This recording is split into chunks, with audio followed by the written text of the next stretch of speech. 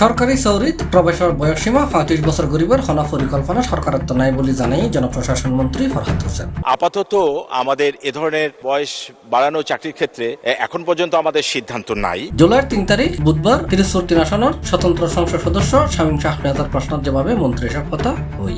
একটি আপনার পত্রিকার একটি খবর আমাদের দৃষ্টি আকর্ষণ করেছেন। তো ইতিমধ্যে আমরা একটি পত্র পেয়েছি, মাননীয় শিক্ষামন্ত্রী দিয়েছেন।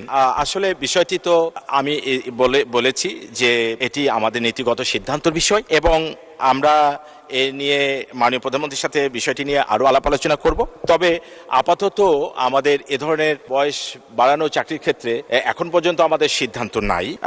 আমরা এই সমস্ত বিষয় নিয়ে আমরা আরো আলোচনা পর্যালোচনা করে আমরা ভবিষ্যতে দেখব।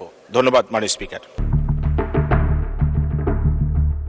C+ চট্টগ্রাম।